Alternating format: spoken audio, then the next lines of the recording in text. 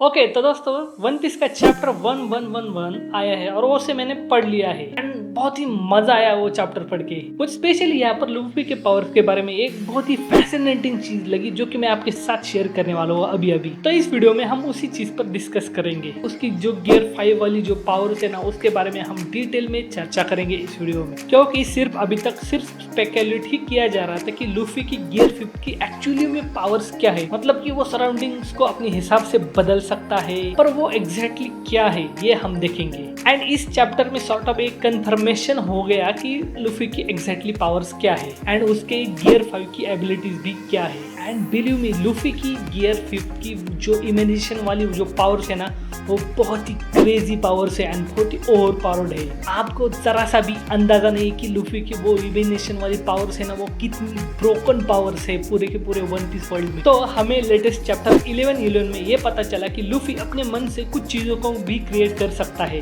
Like उसने जो baseball create किया था ना और उससे जो गोरोसाइकिल जिस तरह से फेला था ना भाई, मजा आ गया, सच में मजा आ गया। मतलब कि लूफी अब सिर्फ इमेजिनेशन करके चीजों को क्रिएट कर सकता है और उनको यूज भी कर सकता है। उससे पहले हमने वानो आर्क में देखा था कि लूफी अपने सराउंडिंग्स को अपने हिसाब से बदल सकता है। वहां पर उसने जमीन को, कायदो को, क्लाउड्स को और उसमें से निकलने वाली लाइटनिंग को भी रबराइज कर दिया था। इससे हमें पता ये चला कि लूफी जब गियर 5 में होता है तो वो अपने सराउंडिंग्स को अपने हिसाब से बदल सकता है, लाइक रबर में बदल सकता है। एंड इस चैप्टर में जो हमें पता चला वो उसके गियर 5 का अगला पड़ाव है, मतलब कि अगली स्टेप है। लाइक वो अपनी इमेजिनेशन से, सिर्फ इमेजिनेशन से चीजों को क्रिएट कर सकता है। एंड अगर इस लूफी के नी का डेविल फ्रूट की पावर सिर्फ लूफी की ही इमेजिनेशन हुई ना, तो दोस्तों मैं आपको बता दूं कि लूफी ऑलरेडी सबसे पावरफुल कैरेक्टर है पूरे के पूरे वर्ल्ड पीस के वर्ल्ड में। आई मीन ये सिर्फ स्पेकुलेशन है मेरा, क्योंकि लूफी के इमेजिनेशन की कोई भी लिमिट नहीं है दोस्तों।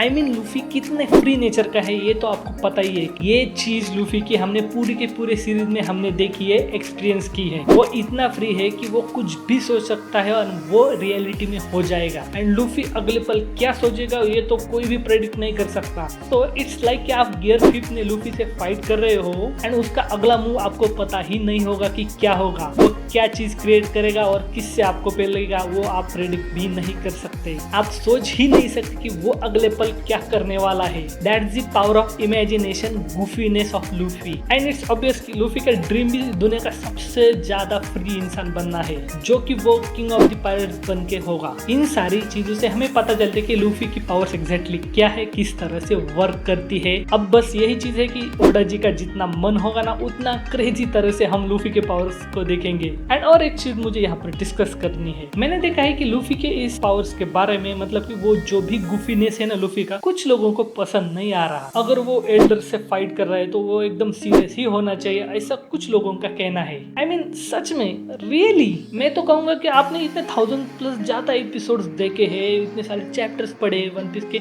फिर भी आपको लूफी के नेचर के बारे में पता नहीं और आपको लूफी समझ ही नहीं आया अभी तक। एंड बिलीव मी ये तो कुछ भी नहीं है।